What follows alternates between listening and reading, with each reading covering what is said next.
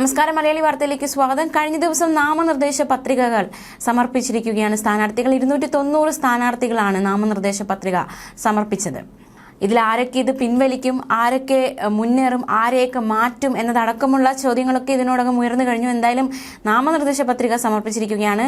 ഈ മാസം 8 വരെ നാമനിർദ്ദേശ പത്രിക പിൻവലിക്കാനുള്ള അവസരമുണ്ട്. ആരൊക്കെ പിൻവലിക്കും എന്ന കാര്യവും ഏവരും ഉറ്റുനോക്കുകയാണ്. എല്ലാ സ്ഥാനാർത്ഥികൾക്കും അപരന്മാരുണ്ട് എന്നത് ഏറ്റവും ശ്രദ്ധേയമായ കാര്യമാണ്.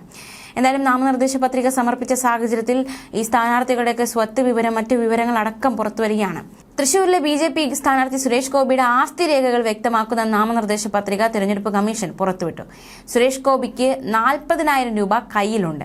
വിവിധ ബാങ്ക് അക്കൗണ്ടുകളായി 24 ലക്ഷം രൂപയും 7 ലക്ഷം രൂപയുടെ മ്യൂച്വൽ ഫണ്ട്, ബോണ്ട് എന്നിവയുമുണ്ട്. പോസ്റ്റ് ഓഫീസിൽ 67 ലക്ഷം രൂപയുടെ നിക്ഷേപവും ഉണ്ടെന്ന് രേഖകൾ വ്യക്തമാക്കുന്നു.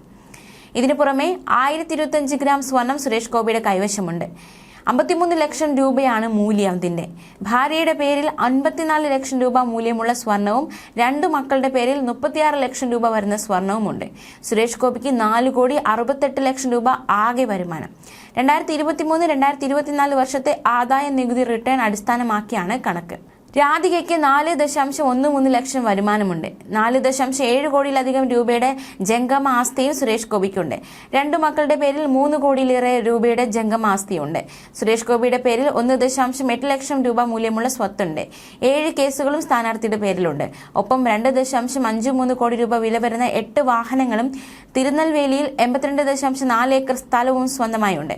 61 ലക്ഷം രൂപ വിവിധ ബാങ്കുകളിൽ ലോൺ ഉണ്ടെന്നും സുരേഷ് ഗോപി പത്രികയിലൂടെ വെളിപ്പെടുത്തി.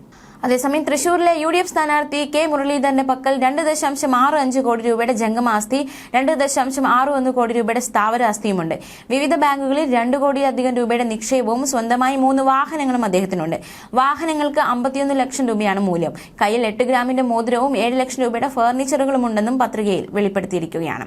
മാത്രമല്ല, സുരേഷ് ഗോപിക്ക് 1999 മോഡൽ ട്രാക്ടറും മഹീന്ദ്ര പിക്കപ്പ് വാനും അതിൽ 39.90 ലക്ഷം രൂപയുടെ ഔഡി Q7 കാർ വരെയുണ്ട്.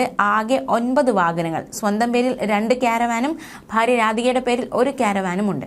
ലോക്സഭാ തെരഞ്ഞെടുപ്പിന് സ്ഥാനാർത്ഥികളുടെ പത്രികയ്ക്കൊപ്പം നൽകിയ വിവരമനുസരിച്ച് പാലക്കാട്ടെ UDF സ്ഥാനാർത്ഥി VK ശ്രീകണ്ഠന്റെ ഉടമസ്ഥതയിൽ ഒരു ആംബുലൻസ് ഉണ്ട്. അട്ടപ്പാടിയിലേക്ക് രമേശ് ചെന്നിത്തലയുടെ നേതൃത്വത്തിലുള്ള ഗാന്ധിഗ്രാമം പദ്ധതിയോടനുബന്ധിച്ച് കൈമാറിയതാണിത്. പക്ഷേ സംഘടനയുടെ പേരിലുള്ള ആംബുലൻസ് അട്ടപ്പാടിയിലെ സർക്കാർ ആശുപത്രിക്ക് ഏറ്റെടുക്കുന്നതിന് സാങ്കേതിക തടസ്സമുണ്ടായി. സർക്കാർ ഏറ്റെടുക്കുന്നതിലും തടസ്സം ഉന്നയിച്ചിട്ടുണ്ട്. ഒടുവിൽ സ്ഥലം MPയുടെ പേരിൽ വാങ്ങി സർവീസ് തുടങ്ങി. വാഹനങ്ങളുടെ എണ്ണത്തിൽ 2ാം സ്ഥാനത്ത് കോട്ടയത്തെ NDA സ്ഥാനാർത്ഥി തുഷാർ വെള്ളാപ്പള്ളിയാണ്. ആക്ടീവ സ്കൂട്ടർ മുതൽ 1.04 കോടി രൂപ വിലയുള്ള ലാൻഡ് റോവർ ഡിഫൻഡർ ഉൾപ്പെടെ 8 വാഹനങ്ങളാണുള്ളത്. തിരുവനന്തപുരത്തെ NDA സ്ഥാനാർത്ഥിയും കേന്ദ്രമന്ത്രിയുമായ രാജീവ് ചന്ദ്രശേഖറിന് കോടികളുടെ ആസ്തിയുണ്ടെങ്കിലും സ്വന്തം പേരിൽ ഒരേ ഒരു വാഹനമേ ഉള്ളൂ. 30 വർഷം മുമ്പ് 10,000 രൂപയ്ക്ക് വാങ്ങിയ 1942 മോഡേൺ റെയ്ഡ് ഇന്ത്യൻ സ്കോഡ് ബൈക്കാണത്. ഇങ്ങനെയാണ് സ്ഥാനാർത്ഥികളുടെയൊക്കെ, അതായത് പ്രമുഖ സ്ഥാനാർത്ഥികളുടെയൊക്കെ സ്വത്ത് വിവരങ്ങൾ. ന്യൂസ് ഡെസ്ക്, മലയാളി വാർത്ത.